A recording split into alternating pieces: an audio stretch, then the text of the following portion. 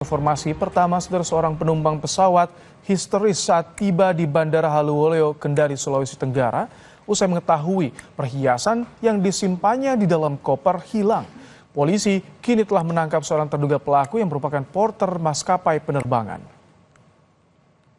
Kalau ada barang polisi ini kan, pasti saya contohnya saya kasih begini, ada gelangku satu hilang, 2 sama cincinku, kalau tidak salah itu cincinku 1. Atas kejadian ini polisi langsung melakukan koordinasi dan investigasi. Hasilnya, seorang pria terduga pelaku ditangkap. Terduga pelaku merupakan porter di maskapai yang ditumpangi korban dalam perjalanan dari Makassar ke Kendari. Polisi juga telah memeriksa 3 saksi dan menyita barang bukti perhiasan gelang dan cincin emas milik korban. Kejadiannya di Bandara Makassar karena yang korban itu kan dari Makassar menuju ke Kendari.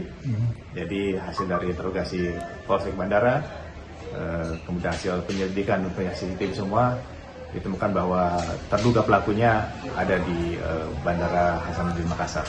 Jadi terduga pelaku ini pekerjaan adalah porter di salah satu maskapai yang digunakan oleh korban lagi. Atas kejadian ini, pihak Lion Air telah melakukan investigasi internal terkait hilangnya perhiasan emas milik penumpang rute Makassar-Kendari pada penerbangan JT 992 pada Sabtu lalu.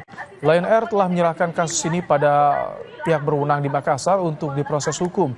Sementara perhiasan emas yang hilang sudah ditemukan dan dalam proses pengembalian ke korban.